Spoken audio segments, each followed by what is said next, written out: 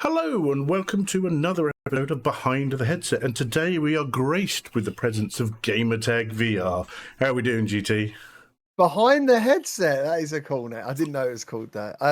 Thank you ever so much for inviting me. Thank you. No, you're very welcome. You're one of the main people I actually wanted to get on here as well. I've really been enjoying doing these. So what we're going to do today is we're going to get to learn a little bit more about you as a person. Yeah. So we'll get straight into it with the first question. So the first question I have for you is, tell me something about you that I don't know.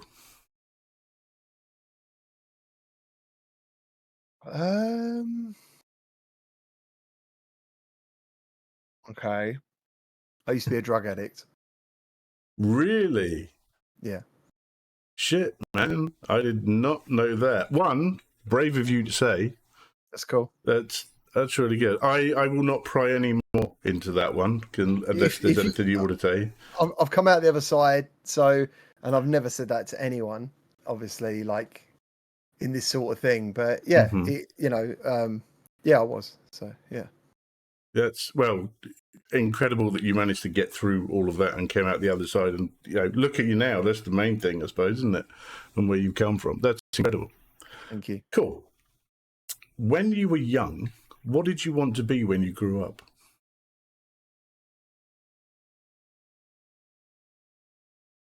How young? Because it Entirely kind of changes. up to you. There are no wrong answers to these. So yeah, then it changes. Tell us one of them and another one, whichever one's easier. I always wanted to be the good guy. Okay. I always wanted to be the good guy, when I don't know, as you can see, I'm obsessed with Transformers and Optimus Prime. I always wanted to be a leader. I always wanted to be the good guy. Lost my way a little bit, as I kind of just mentioned. But it depends, because at one point I didn't see a future. So I actually don't really know how to answer that, to be honest, because honestly, I don't know. So you say leader and that sort of thing. So are you talking about like leading a group of people, or being like a trendsetter, or being the head of the VR thing, which wasn't a thing when you were a child or anything like that? I was always like the guy in my group. We had a very large friend group that was always like making decisions, or I was always the one who was trying stuff first. I guess you could say trendsetter if you want, but no, I don't know. I just want, I was always trying to be the best I could be, and the best person I could be, and always be like standing up for other people. That was my favorite thing, was to beat up the bullies. Like, I used to love that, because I used to like fighting, but it was the only at school and stuff. It was the only way I could do it justifyingly was to pick on people who picked on people. So or beat people up who done that, or stand up for other people. But and obviously as I got, well, not obviously, but as I got older, I wouldn't say get in in the wrong crowd, but I think the whole crowd, including myself, went the wrong way for many years. And there was a point where I did try to kill myself a couple of times.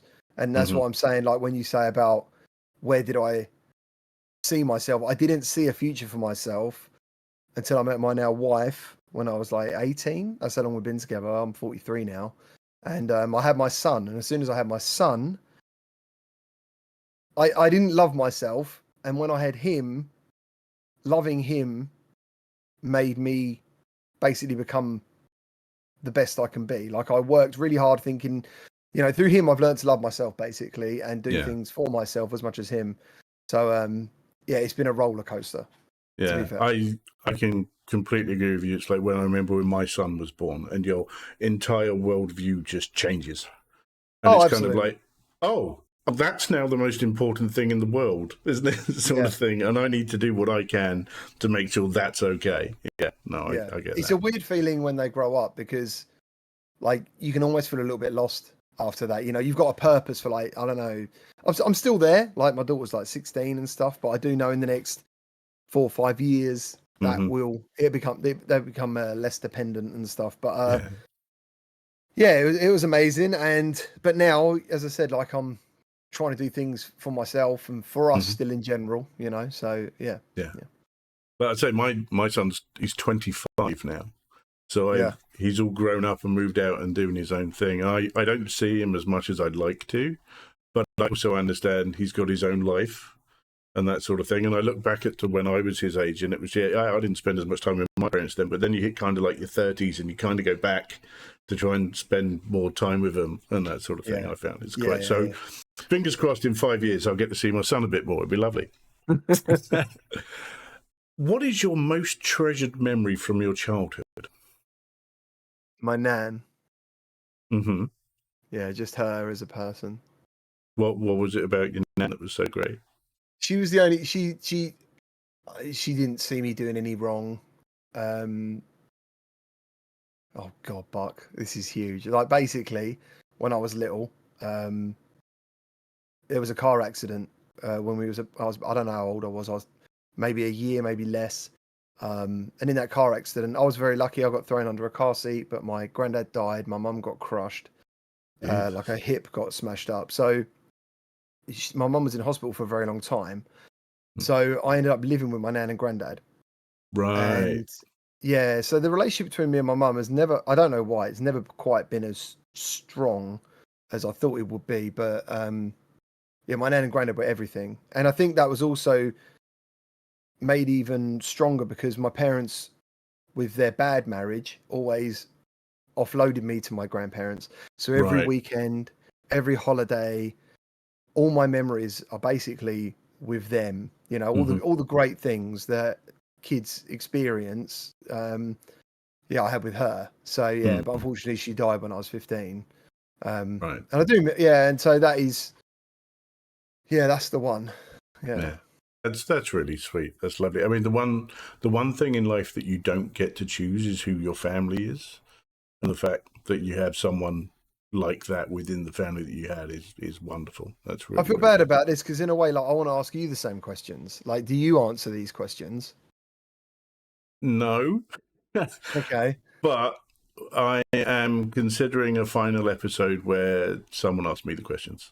Yeah, the difference is, so I had two ideas. One was either I answer these questions myself or I get everyone who's come on to give me a question. Yeah, I like that. I answer those. Yeah. So we'll see what we do. I haven't decided yet, but we'll figure it out. Cool. Okay.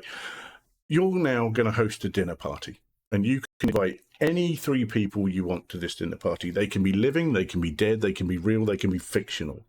Who are you inviting to your dinner party? Oh man.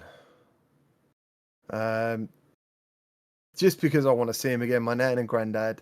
They count as one in this. You can have those as one. So you've got two more. Yeah, I mean my wife, I guess, because you know she's been so incredible. And I would say Mike from the VR Oasis, because he's been like, yeah, like he's not only my business partner at the moment, he's been there for me, as I've been there for him actually over the years. So yeah, there's like I've got a bit of I've got lots of best friends, but like as time goes on, you know, people change, people go in different circles. And yeah, he's just been since like 2018, he's been one of the rocks for me. So I mean that's pretty big, isn't it? Putting him up there, but that's where he is, you know. Dude, someone on here said me, and I was like, you need better friends. So that's awesome. Like out of all of history, and you're picking this? No. It's fine. Yeah, that's good. That's good. Okay. What would you most like to change about yourself?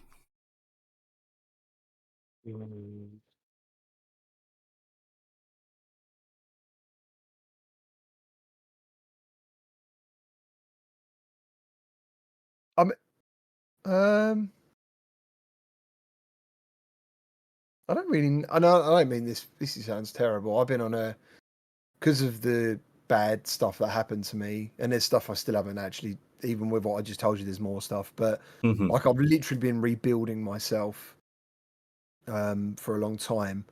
So as a personality, I'm quite happy with who I am. I'm comfortable with myself. I guess it's like what I try and do all the time. It's actually, if I could change anything, it'd be lose weight, pretty much, because you know I love food and I love working out, but I just love food so much that the working out was always to keep like the food like a balance. As I've tried it multiple times where I'm like, right, I'm cutting now, I'm doing this, and you know, I'd love to get a 6-pack and stuff, but I just don't think I'm mentally there to do I that. think genetics help a lot with that, but oh, absolutely. because obviously you've kind of helped me a lot with this recently as well. So I've lost 3 stone this year by going through all of this. And you've obviously been quite a rock for me in that side of things. Well, we've chat offline about this sort of thing as well, because I know you go to the gym a lot. I've started, and I'm getting there, and I'm getting used to doing it. So I can completely understand it. It's just a constant journey. Rather than and it's a marathon. It's not a sprint. It takes time, and I think this day and age, a lot of people are expecting like instant results, and it's like, yeah, that's not how it works. So. It really isn't. You know, I've done some not drastic things. I've done keto diets for like 10 weeks. I've done all sorts of things, but I think the one thing I realized was making permanent changes from day to day that you can always live with. You know, things that are just like become. They're not necessarily hard, so always make sure you have your supplements, the right amount of like salt from Celtic salt, like make sure you drink enough, make sure you go to the gym. So like not only is your then bone density better, your muscle mass is better, your testosterone levels are probably a bit higher because of it, and you're losing weight and you feel good mentally, you know, because you're focused on something. So yeah, it's just trying to do those things every day. Yeah, it is. It's consistency is what I found. It's what it has to be. Absolutely. And it's very easy to slip, but you just got to get back on that horse and carry on. Yeah. Absolutely. Cool. How do you deal with criticism? Not well. Not well. I've got, so just to go back to like who I am. So when it comes to lying, I do believe that truth is a lion, so therefore it needs no like protection. And I was like, oh God, my mum was a liar. And you don't really know your mum. You shouldn't ever think your parents are liars. You know, that's not right. But I think because I was raised with lying, at some point I remember being younger and like telling tales or like whatever, you know, making stuff up and things like that. So literally I've trained myself not to lie, not to over exaggerate, which I think some people still struggle to do because they want to tell a story that engages people, so they might add stuff. But I've managed to make it that I don't need to do that as well. So I think when it comes to criticism, and anyone calls me a liar, I get angry. It's not like I get angry about that because I'm not. And that's it. It's as simple as that. It's as simple as that. Like I don't need to. I actually feel lying is weakness. I literally feel that would make me a weak person, and I believe that just saying things as they are, that's why I feel comfortable in myself, because I've got I never have to, thank God I don't have to remember what I say, because I've got a terrible memory. But that's it. I can just live with it, you know, whatever it is. So yeah, you know, that's the thing. So, I mean, criticisms don't really happen in real life very often to me. But yeah, but on YouTube, obviously, you know, it happens, and it's like, and I've seen it so many times. They say, you know, you can have 1,000 comments saying how amazing something is, but there's always that one.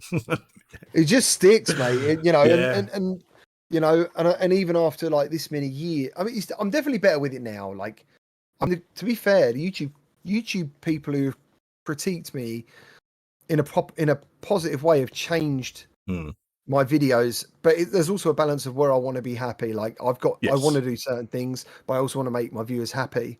And without a doubt, like there's people out there who've said things that I'm like, you are right.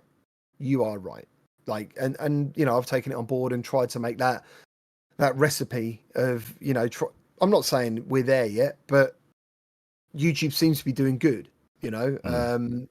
Yeah, Yeah, so I really appreciate people who actually want the best for me. You know, if they want to critique me and want the best for me, Yeah. then thank you very much. You know, I really Yeah. appreciate that criticism. You know, this video's too long, or I don't know.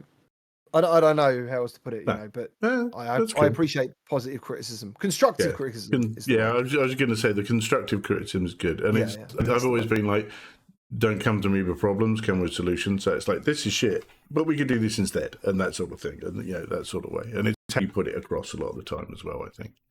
Yeah. Right. What type of routine do you follow daily, if any type of routine at all? I do follow a routine, and I've got a real problem. I don't like literally. I can mess if something isn't in the right step. I can really mess it up. So, for example, every morning, I would say 5 days out of 7, I'll wake up, I'll get up, I'll have a shower. That sounds like you don't wake up 2 days, but the way Well, there's 2 days sometimes. Yeah, there's 2 days. Unfortunately, I lay there and scroll. Yeah, you know, and that's the worst thing. Like you should. Yeah, and I know that is one of the rules. The cardinal sin: don't ever check social media before you start your day because it can change your whole day. So yeah, normally I get up, have a shower. Through 3 or 4 days, sometimes I have a bit of a cold shower, and I believe this start helps me out. So yeah, shower downstairs, pint of water with my correct amount of salt in it.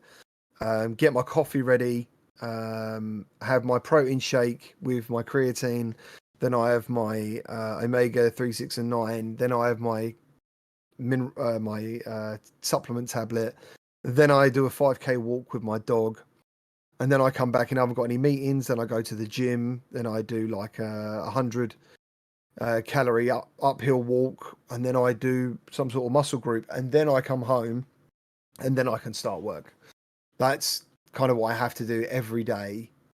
Because I am self-employed. So it's like, I'm my own motivator now. And I think that's one of the things that people might forget. I'm quite lucky. I can't sit still. So it's quite good in that way. I have to be engaged in something to be doing nothing, which means I'm never not doing anything. But yeah, there's some days where you wish you could I just want to do nothing today, and I can't. Like if I try not to do anything, I just sit there and I'm like, oh, maybe I could do it. It just doesn't stop. But yeah, there's that routine with me. I'm the sort of person who likes his keys in the same place. I like everything in that place, and then I don't know what that's called. I don't run back and check the door 6 times when I lock it. I had a friend who did that. I had a friend. Yeah, I had a friend who did that, and it was really insane to watch. He would check his gate, and then he would walk like 4 steps and go back.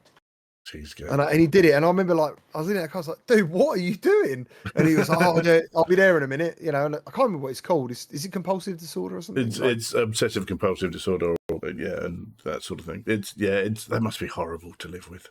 It must be horrible because you would know it. Yeah, you would know, and you cannot stop yourself. That's the thing about it, isn't it? There's a reality of I know I've locked that door. Yeah, that's probably where the Meta Ray-Bans are coming handy. You could film yourself doing it and then play it back on your phone and go, well, I've got the proof. I don't know. I mean, maybe. Yeah. Okay. Who has inspired you the most? Oh, dear. I get inspiration from loads of different sources. I always listen to different podcasts and stuff, trying to just learn about the human body, the human brain, trying to be the best I can in multiple ways. Who inspires me the most? Don't know. Okay. I don't know. I don't know how to answer that. That's a perfectly good answer, because if you people don't change, know, then it's fine. People change. So one day it'll be someone, and one day it'll be someone else, and that's just the way of the world for you. And I mean, there's been people, obviously, like my dad was one at one point when you're younger. My granddad was one at one point when I was younger. But as goals change and I change, my inspirations change. So I couldn't really say. Yeah, that's cool. Cool. So that was getting to know you, and I think that's been really eye-opening for me. So the next section we're going to talk about, we're going to talk about VR and gaming because we have to, because that's what we're here for, really. That's where Love people it. know us from. So we'll go for that. Love it, love it, love it. So, what was your first experience in gaming? Gaming? Mm-hmm. Bloody hell, Buck. Probably a Spectrum ZX thing, and it was like a space game, and it had like pink burgers, or they look like burgers. They were meant to be spaceships, I'm assuming. And that's what I remember. That was the first game I remember and thinking. Where was this? I remember. Don't remember? It's just the, my first dad, memory you have. Yeah, I mean, my dad's not even a gamer, so I want to say it was him, but I'm not even sure. But yeah, there's two. Yeah, I mean, the earliest memories there's that, and there's the system that's like got wooden controllers and like rollers, and it was like Pong or something, like the black and white, and it had this. I guess it was all built in games. You couldn't even put games on it, I guess. So yeah, that's my first, I guess, memory of electronic entertainment. Okay. Yeah. So what was your first experience in VR? It was. I want to get this right. I'm pretty sure it was London Heist on PSVR. Okay. Would this be like a show or something, like EGX or something like that? Yeah, so back when PlayStation actually cared to show off what they do, I went to an early event in 2016, April 2016, and I remember reading on a website something that PSVR, you know where EGX used to be at London Tobacco Docks? Yeah, up in Birmingham. No, London Tobacco Docks. Oh yes, sorry, yes. Oh no, was it called EGX back then? No, it wasn't. That was something else. Doesn't matter, but I know what you mean. Yeah. So anyway, so that's where it used to be all the time, London Tobacco Docks. And I remember hearing about PlayStation virtual reality, and I'm a big Nintendo, Sega, PlayStation fan, Microsoft fan. I had all the consoles. So I was that shelf behind you kind of tells everyone that, doesn't it? So. Yeah. I need more though. So anyway, I was a bit like, dude, that's crazy. Like PlayStation doing a VR headset, man. Like that's insane. Obviously, the mind just goes racing of what you can expect. But yeah, it was better than I expected. And I remember the first thing I did, I was sitting in the van with the bald guy, and I had the move controllers. Oh yeah. I remember. Yeah. And it was just that level of interactivity. Suddenly I could like open the glove box and pull down the sun flap and wind down the window and throw stuff at him and then start shooting people out of a window. And I was just like, this is absolutely what I've always wanted. Like I am in a video game, because there's that time, I think, and maybe younger people might not have come across this yet, but there's a time when you have kids and you have work and video games do become something that you don't do as much or you're not as excited about, Yeah. That's what I've had that. I've had that, I remember still getting the boxes from like Toys R Us for Master System games and reading the book back to back, looking at all the screenshots, reading it over again, thinking, I just want to get home to turn this bloody game on. Yeah. So yeah, I remember not being as excited about games anymore. And then I was still playing Call of Duty and Gears of War and stuff. Like I loved all that and Halo. I was still doing that, but I felt like I'm now doing it as like a hobby, which is fine. But I wasn't feeling that. Oh, dude, I can't wait for this. And VR from April, because I bought the Move controllers the next day from CEX. They were like £2 each. Because I was like, they're going to sell. And yet from April to October was the longest time in the world. I remember being on holiday in Cyprus and I must have watched the Batman Arkham VR trailer like, I don't know, 50 times, just trying to consume as much media to massage my hype, Oh, it's incredible, dude. And when I got it, bloody hell, I took a week off work. And a week? Yeah, I played I bought every launch game. Which would have been obviously like the PlayStation VR Worlds, Batman, Thumper, and there were some others. I can't remember. Valkyrie, that was a launch run, I think, wasn't it? Valkyrie was insane. Like it was a bit low resolution, but it looked amazing. Loved it. One of my favourite things on that one. Dude, launching The first time you launch through that all the light, Yeah. it's like your sci-fi dream come true, isn't it? Yeah. Russian Blood, was that a launch title as well? I think so. Yeah, probably. Yeah, Yeah. probably, mate. Like that's what I mean. But the one thing I do remember is I was so excited to play Batman, being a massive Batman fan, and I had this thing. I don't. There is a name for this where you can be in VR so much that when you come out of it, you feel like the world isn't either real or right. Yeah, I know that. I have that in my early days. Yeah, I know what you mean. Yeah, and I remember playing Batman, and I mean, the game. I don't know how long the game is. Maybe 3 hours, 4 hours long. I can't remember. Yeah. But I remember getting to the point where the bit where Croc comes up and he grabs the bars, and I always remember his eyes were like a bright yellow. Yeah. And I whipped the headset off, and I'd gone in when it was sunny, and I'd come out in the dark at night time in an empty house.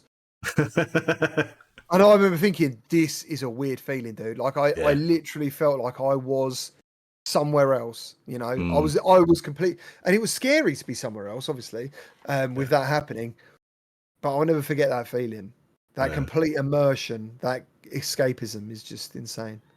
Yeah. I mean, I remember Arkham was like one of my first games to play as well. And I'm a huge Batman fan. I've got loads of signed comics and stuff like that from when I was young and all that sort of stuff.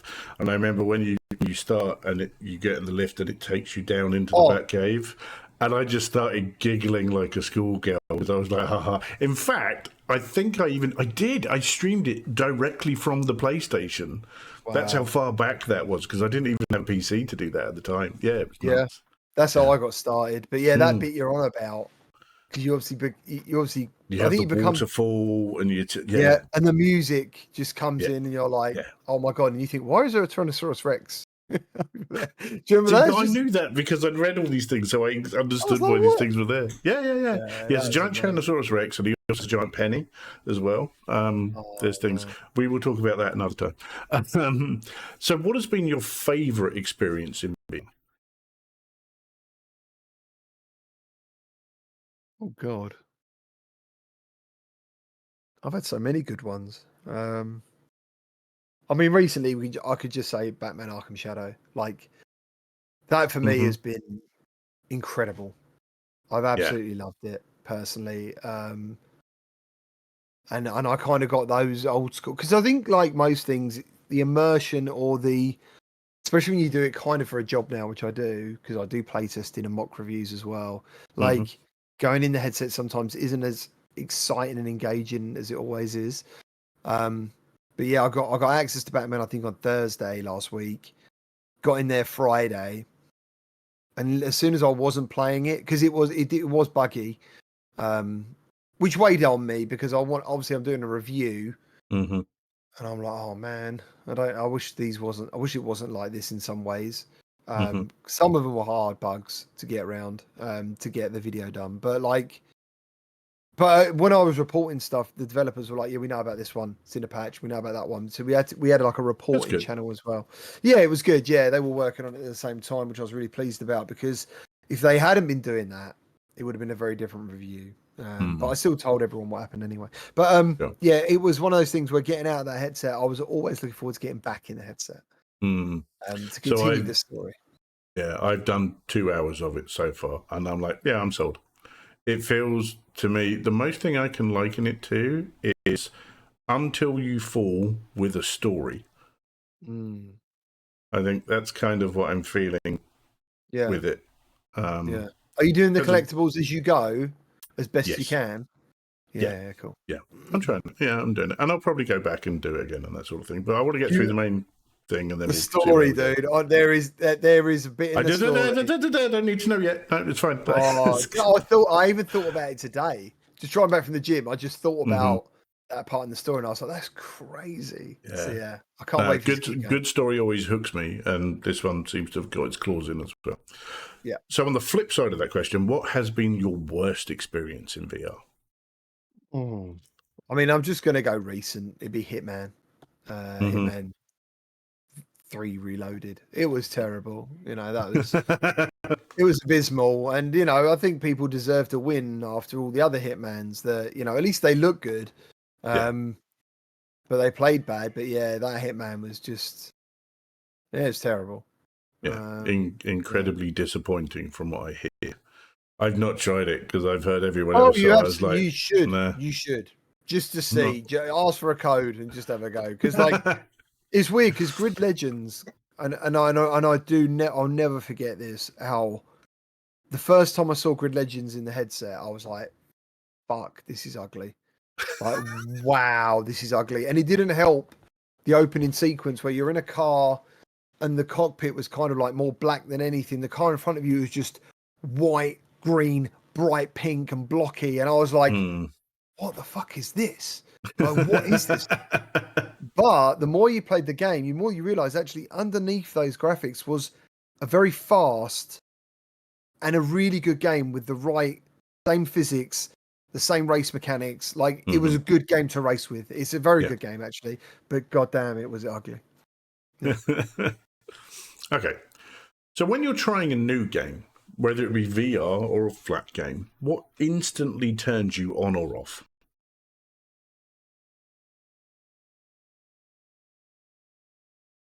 I think what turns me off is there's a lot of things really, but I think when you're treated like you're stupid in tutorials. Right. Okay. I don't like the idea of a game trying to hold my hand so much that I'm an idiot. You know, I get that virtuality is always new to someone. I get that, and that's fine. And VR is a very different beast to gaming. It's not the same. But when you're told to walk forward, and then you're told to look left and right, and then you're told to turn left and right, and then you have to enable click turning, and then you have to, like, I like Arizona's approach, for example. Just how experienced are you? Well, I'm the daddy. I've fucking played it all. Well, fair enough, mate. We'll take the training wheels off. There's no blinders, and there's some smooth turning for you. Like, that's what you know, you can't be supporting VR for this long, and they can't be making games for this long and not know there is still a hardcore audience there that buy their stuff.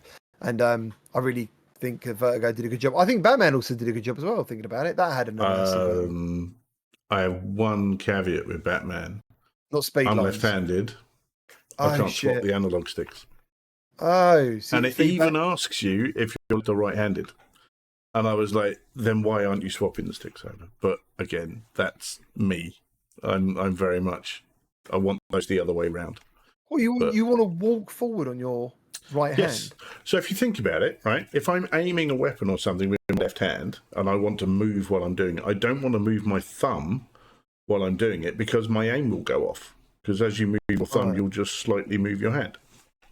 So is that the same for all like traditional shooters for you? Ever since ever? Yeah, every single VR game I want to swap play sticks. And if it's on Steam and I can't, I'll do it in the Steam options. That's insane, yeah. But it's because I'm left-handed. But again, it's all about choice when it comes to controls. Give the player the choice of what they want to use to control when it makes it easier for them. See, I'm left-handed. I'm left-handed, but I could do everything with my right as well. No, and I get that. I don't know what it's called. It's more comfortable for me that way round. Yeah, if that's what you know, dude. Yeah, and there were certain games where, like, I think it was when Doom VFR couldn't play it because you can only use your right hand. So I was like, cool. This sort of thing is like, I can't do that. Did you have an N64? Yes, I did. Because you would have been stuck, wouldn't you? Because you could because you could swap the yellow for the D-pad. Yeah. Oh, interesting. Yeah, so you can swap it. Yeah. Cool. Okay. What do you think right now is the most beneficial hardware or software advancement in VR? Mixed reality. Yeah? Yeah, mixed reality is huge. Because it doesn't cut people off when you're experiencing something, you know? Like, I like the when headsets get lighter, it's all about seeing what's going to be happening. When headsets get lighter and they're easier to put on or whatever it's going to be, I think still being in your same play space and being able to just go in and out of that at will is just great. And then playing, I love mixed reality so much, and I think some people don't necessarily believe I do, or maybe they don't care as much, but there's just something so magical sometimes about it, you know, when the game gets it right, when like the spaceship smashes through your ceiling and lands on your bed, like or on my bed, and it knows my bed's there. It's not landed on the floor. It's not gone through it. It knows it's there, you know. And the zombies know that's my door and that's my window. And when you've got your ceiling becomes a bloody shark tank in Ocean Rift, like that stuff to me is just amazing. Yeah. I think the mixed reality one that when it happened and it got me and I went, oh, okay, I get this now. Was again, it was the cat. It was playing in my lounge and a zombie burst through my window and fell onto my couch and then rolled onto the floor. And I was like, holy crap. I was like, okay, that's okay. I got you. I see what we're doing now. And that was my thing. That's what I mean. Imagine it like with Quest 4, you got eye tracking, you'll have a new processor, and those animations aren't as janky, and the tracking's like a higher refresh rate, and you know, like this is like the first version, and it's still good. That was my thing as well. It's like this is the first attempt at doing this, so it's only going to get better. So, and because I've enjoyed what I've seen so far so much, I'm really looking forward to what comes next. Because again, and it's the same with VR when it all first started and still happening now, is there are still things that we haven't done because we don't know we can do them yet. Yep. And that's the thing that excites me, I think. Yes, for sure. So, what has been your proudest achievement in your VR journey? I think my proudest moment was getting, can I have two? Which can? 1,000 subs was insane. That was insane. But the biggest other one was that Lemetric up there. My community bought that for me. Oh, so wow. I could look at my sub number. That was nice of them. Yeah, that's really good. My friend arranged it. So he basically messaged all the people who were on the channel. This was like back in 2017. And they did a little whip round, you know, and they got me that. Oh, bless them. And that's good. Yeah. And that shows also how well, because one thing I've noticed as well over the years that we've known was how well you treat and behave and interact with your community. I think you do a really good job of that. I think, because some people are good at it, but I think you're very good at it. And and again, I'm quite impressed with that. I think the approach is not to think. I don't think I'm a YouTuber. You know, that has never changed. From day one, I'm just me, and I think you know that. I don't think I'm any different. Yeah, I'll probably swear less. Yeah, maybe. I swear a bit more in real life. He does. So yeah, like hopefully what you see is always what you get, and that's important, you know, because I don't want that thing. I've had that where I've been kind of like, I can't say the name, but I was like really obsessed with a YouTube channel, and and I'd do anything to support them. I'd watch their videos. I would always leave like, I'd always comment. I'd always like donate if I could. And then years later, I got to meet them, you know, electronically, never in person. But dude, what a letdown! Like once that camera was off, I was so disappointed. It was a shame to learn that the person that I thought I was talking to all those years wasn't the person they actually were. Yeah. You know, and not that I'm saying that taught me a lesson, because I don't know whether that would have changed what I do anyway, because I honestly don't think I can be anything. I think I'm too lazy to be anything but myself in that way, you know. I don't think well, no, I think it's wasted energy. Just be yourself. Just be yourself. But it also goes back to what you were saying about lying. It's like, I'm not going to lie, so I'm just going to have to be me, because that's what I am, and that's for good or bad. That's that, you know. And I think if you can do that and be yourself all the time, then you don't let anyone down, and you don't let yourself down, you know. Yeah. And for some people, that's the hardest thing to be, is yourself. So the quicker you embrace it, you can then start making yourself something you want to be, you know, instead of trying to avoid it. So, yeah. Cool. So that's our second section all done. That's talking about games in VR. So the third section is a set of questions created by a French journalist called Bernard Pivot. And these were popularised in a programme years ago on TV called Inside the Actor Studio. They are 10 fairly short questions, usually one-word answers, just first thing pops in your head. And some of them bit longer, and we can expand on them as well. So What pops into my head, dude, is not normal normally. But I know let's go. and that's why we're doing this, my good man. So okay. What is your favourite word? Fuck. What is your least favourite word? I don't know. I don't know what my least favourite word is. Sorry. Cool. What turns you on creatively, spiritually, or emotionally? People doing well. Mm-hmm. What turns you off? Lies. Falseness and lies. Mm-hmm. What is your favourite curse word? You just heard it already. It'd be Fuck. fuck. Yeah, it just flows, man. I don't even have to think about it, but yeah. Cool. What sound or noise do you love? Oh. I do love music, but I mean that's all sorts of music. What sound do I love? What sound do I God, this sounds bloody birds. I like the sound of Yeah? birds singing, yeah. It's a popular one. We've had quite a few people say birdsong. Yeah. Good. Yeah. What sound or noise do you hate? AI voices. You know, like the ones on Oh. TikTok, you know, that do this. I turn these gummies into. I'm like, fuck you won't off. believe number 7, isn't Yeah, I'm not in. I hate that stuff. That's my pet peeve at the moment. Like AI voices. No, I completely understand that one. What profession other than your own would you like to attempt? I would love to have been a fireman. Really? Yeah, I would love to have had the chance to be a fireman. Okay. I think I'm too old now, but You know, you never know. yeah. What profession would you not like to do? Fucking car park ticket attendant. Cool. And our final question for you tonight is, if heaven exists, what would you like to hear God say when you arrive at the pearly gates? Well done. And you know what? I'm pretty sure he'd say that, to be fair, if he does exist. Man. Everyone's got skeletons. I might have done things I can't even remember. But yeah, you know, I'm not religious. I'll just get out of there. I'm not religious, but I do know the 10 Commandments, and you know, I don't steal. I try and tell the truth. I try and help other people. You know, I try and do all the right things, just in case. Just in case I get there, and he's like, he was always. Yeah. I'm going to hedge me bets on this one. Yeah, well, there you go. Yeah. Who knows?